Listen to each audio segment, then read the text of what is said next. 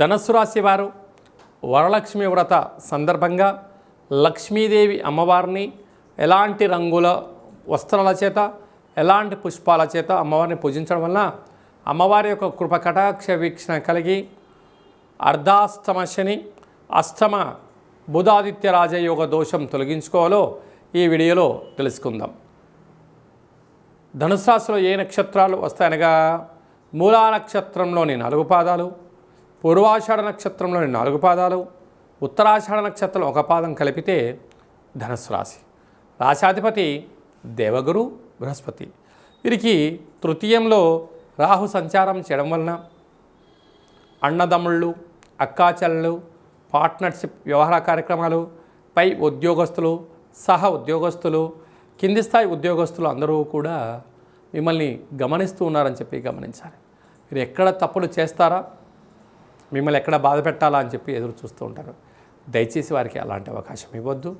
మౌనం, ధ్యానం, ఏకాగ్రత, సత్ప్రవర్తన, చిరునవ్వుతో కాలాన్ని నెట్టుకపోగలిగితే మీకన్నా అదృష్టవంతులు ఎవరు లేరు అని చెప్పి కూడా గమనించాలి.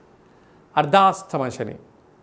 చెయ్యని పనులకు చేశావని, అనని మాటలకు అన్నావని మీరు నిందలు పడే పరిస్థితి ఉంటుంది. కానీ యంత్రాలతో, ఆయుధాలతో చాలా జాగ్రత్తగా ఉండి తీరాలి. సప్తమంలో 12 సంవత్సరం తర్వాత శుక్ర భగవానుడు గురువుతో కలిసి ఉండడం వలన విదేశాలు, పెట్టుబడులు, ఆకర్షణ యోగదాయకం. వివాహ ప్రయత్నం చేసేవారికి యోగదాయకం. భార్యాభర్తల మధ్య అన్యోన్యత, ప్రేమికుల మధ్య నమ్మకం ఉండడం వలన వారి జీవితం సువర్ణమయం. బంగారు ఆభరణాలు, క్రయ విక్రయాలు, బ్యాంకు లావాదేవీలతో యోగదాయకం అని చెప్పి కూడా గమనించాలి. ఏడాది తర్వాత రవి భగవానుడు అష్టమ స్థానంలో కర్కాటక రాశిలో సంచారం చేయడం వలన, అక్కడే బుధుడు ఉండడం వలన ప్రభుత్వ ఉద్యోగస్తులతో చాలా జాగ్రత్త శుభ.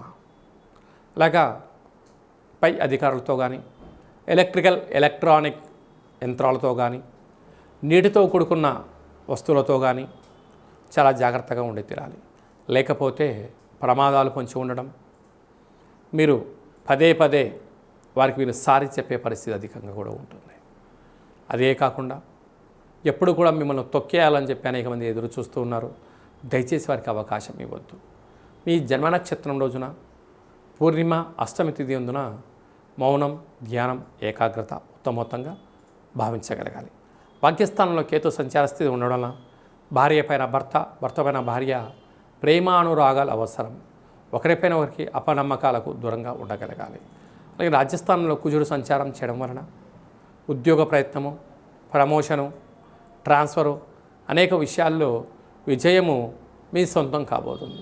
సాఫ్ట్వేర్ ఉద్యోగస్తులు, హార్డ్వేర్ ఉద్యోగస్తులు, మార్కెటింగ్ రంగంలో ఉండబడిన వారు, జర్నలిజంలో ఉండబడిన వారు, క్రియేటివిటీ రంగాల్లో ఉండబడిన వాళ్ళు, సినిమా రంగాలు, ఛాయాచిత్రాలు, నటరాజస్వామి గారి సేవ చేసేటువంటి వారందరికీ కూడా ఇది చాలా మంచి కాలం అని చెప్పి గమనించాలి.